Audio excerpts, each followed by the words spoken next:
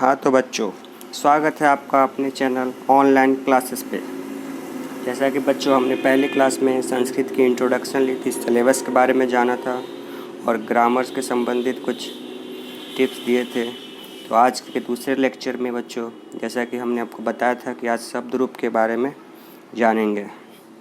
और बच्चों पहले वीडियोज़ की मैंने कुछ कमेंट्स देखी जो आप लोगों ने बोला था, वो इससे बहुत सारी मोटिवेशन मिलती है। ऐसे ही वीडियो को कमेंट करें, लाइक करें, शेयर करें, ताकि बहुत ज़्यादा बच्चों के पास ये सुविधाएं जा सके।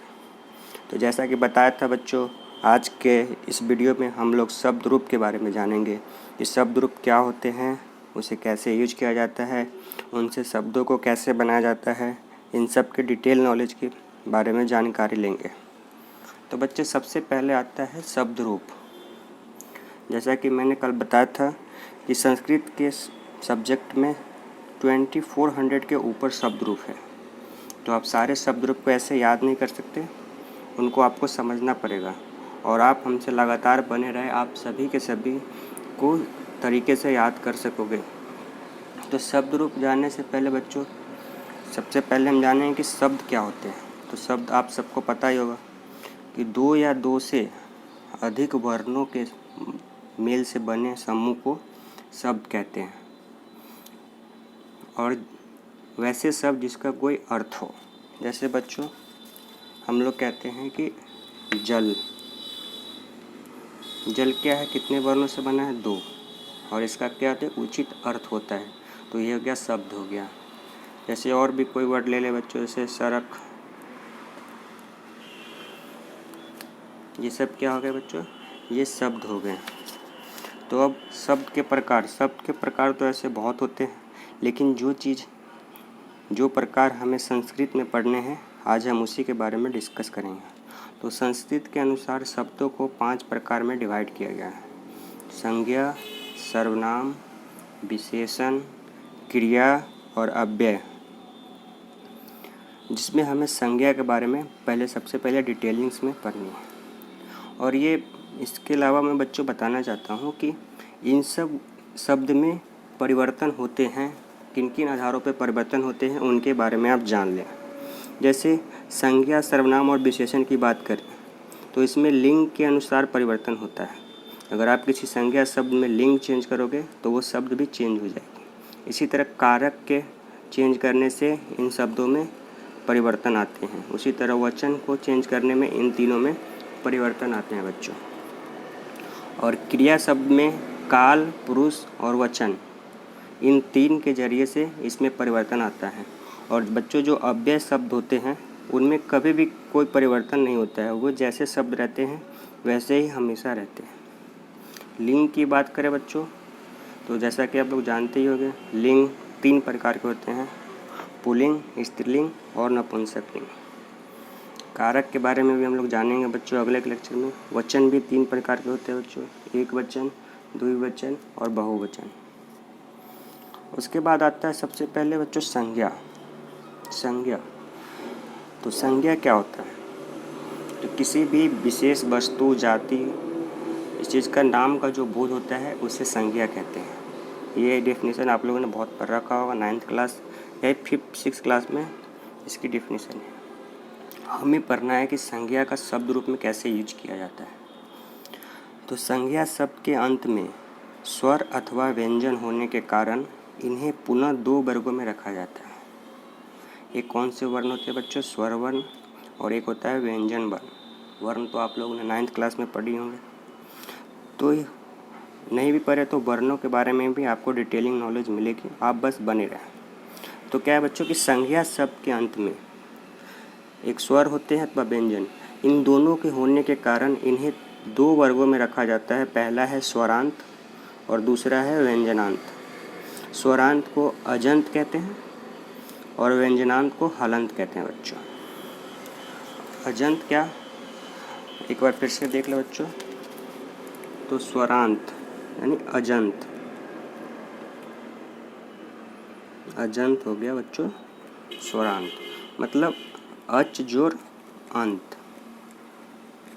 स्वरांत का मतलब हो गया अजंत, जिसका संधि विच्छेद होता है अच जोर अंत। उसी तरह दूसरा होता है बच्चों व्यंजनांत। व्यंजनांत किसको कहते हैं बच्चे? हलंत। हल जोड़ अंत, हलंत। ये हो गया बच्चे स्वरांत और व्यंजनांत। तो अब चलते हैं बच्चों स्वरांत के बारे में जानते हैं कि स्वरांत क्या होता है।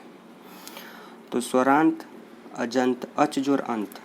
अच संस्कृत में अच को स्वर कहा गया है और अंत जैसा नाम से ही आपको पता लग रहा होगा कि जिसके अंत में स्वर है। क्या है बच्चों? जिस शब्द के अंत में स्वर है उसे कहते हैं स्वरांत। यही डिफिनेशन देख लो, जिन शब्दों के अंत में अ, आ, ई आदि स्वर होते हैं उन्हें स्वरांत कहा जाता है। मतलब स्वर वर्ण जिसके भी अंत में होंगे वो स्वरांत हो गए। फॉर एग्जाम्पल जैसे देखिए बालक, तो बालक क्या है बच्चों? अगर बालक की बात करें तो बालक के अंत में क्या है बच्चों? अ स्वर है, तो ये क्या हो गया? स्वरांत हो गया।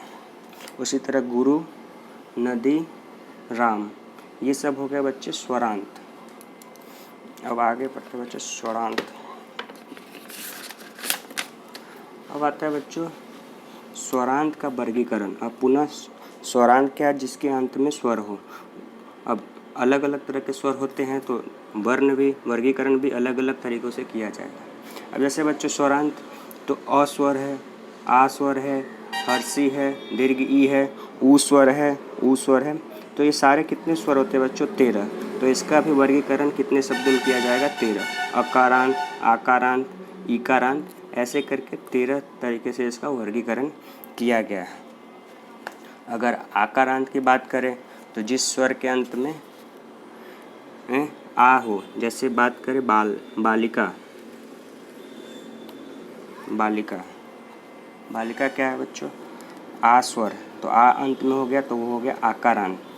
इसी तरह अगर बात किया जाए बच्चों नदी, तो नदी में क्या है बच्चों? ई, तो ईकारांत हो गया ये। तो यही है।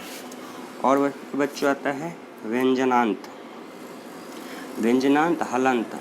हलंत तो बच्चों जैसा आप जानते ही हो, जैसे कोई भी शब्द का बात करें जगत, तो ये जो अंत में हलंत होता है संस्कृत में इसी को कहते हैं व्यंजनांत।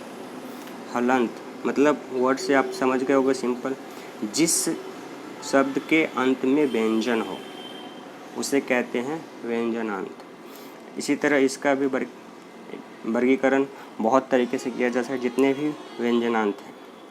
तो इसकी अगर डिफिनीशन की बात करें तो जिन शब्दों के अंत में क हलंत, च हलंत, प हलंत आदि होते हैं, मतलब व्यंजन होते हैं, व्यंजन वर्ण, उसे कहते हैं व्यंजनांत।